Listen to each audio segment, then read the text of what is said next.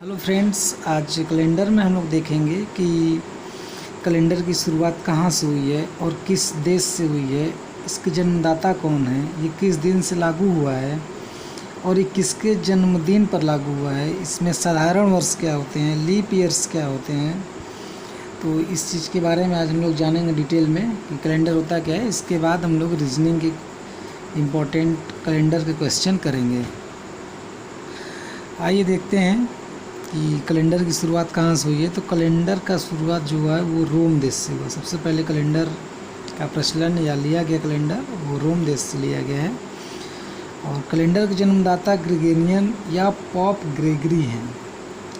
Question में आता पूछता है कि कैलेंडर जन्मदाता कौन है, तो कैलेंडर जन्मदाता ग्रेगोरियन है। अगर ऑप्शन में ग्रेगोरियन नहीं है तो आप पॉप ग्रेगरी पे कर लीजिएगा, नहीं तो ये ग्रेगोरियन पे, ठीक है।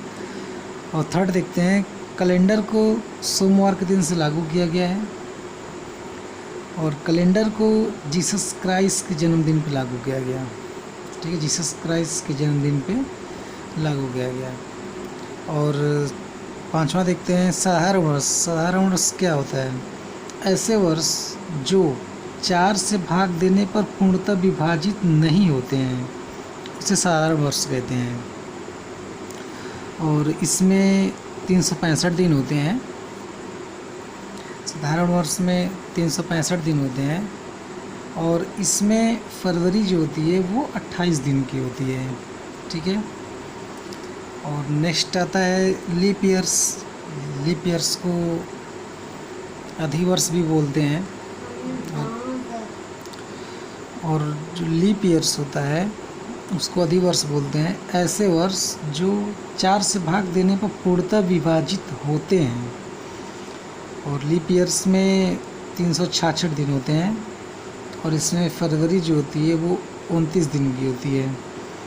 ध्यान रखिएगा, लीप ईयर्स में फरवरी जो होती है वो 29 दिन की होती है, लेकिन साधारण वर्ष में फरवरी जो होती है वो 28 दिन की होती है, ठीक है। और साधारण वर्ष में जब भाग देते हैं 4 से, उसमें पूर्णतः विभाजित नहीं होता है। और लीप ईयर्स में वो पूर्णतः विभाजित होता है। और साधारण वर्ष में 365 दिन होते हैं और लीप ईयर्स में 366 दिन होते हैं, ठीक है। एक बार इसको फिर से देखते हैं। कैलेंडर की शुरुआत रोम देश से हुई है। कैलेंडर के जन्मदाता ग्रेगोरियन है। कैलेंडर को सोमवार के दिन से लागू किया गया है। कैलेंडर जीसस क्राइस्ट के जन्मदिन पर लागू किया गया है। साधारण वर्ष वे वर्ष होते हैं जिसमें 4 से भाग देने पे वो पूर्णतः विभाजित नहीं होते हैं। इसमें 365 दिन होते हैं। इसमें फरवरी 28 दिन की होती है। लीप ईयर्स या अधिवर्ष ऐसे वर्ष जिसमें 4 से भाग देने पे पूर्णतः विभाजित होते हैं। दिन 366 होते हैं। फरवरी का महीना जो होता है वो 29 दिन का होता है। और नेक्स्ट देखते हैं, साधारण वर्ष में किस किस महीने का पहला दिन समान होता है। यानी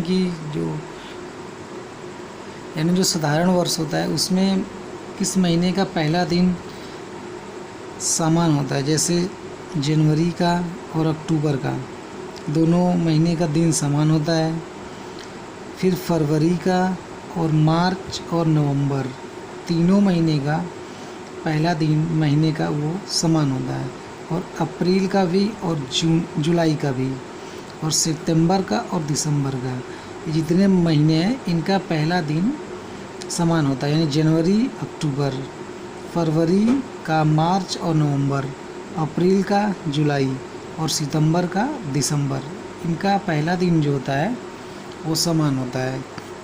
और उसी में आगे देखते हैं साधारण वर्ष में, इसी में अगला आता है कि साधारण वर्ष में किस महीने का पहला दिन समान नहीं होता है।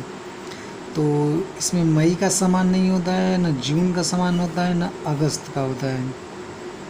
और इसी में नेक्स्ट है, कौन सा दिन किसी भी शताब्दी वर्ष का अंतिम दिन हो सकता है। यानी किसी भी शताब्दी वर्ष का अंतिम दिन हो सकता है। तो उसमें बुधवार हो सकता है, अरे बुधवार हो सकता है, सोमवार हो सकता है, शुक्रवार हो सकता है, रविवार हो सकता है। और इसी तरह से नेक्स्ट टॉपिक देखेंगे।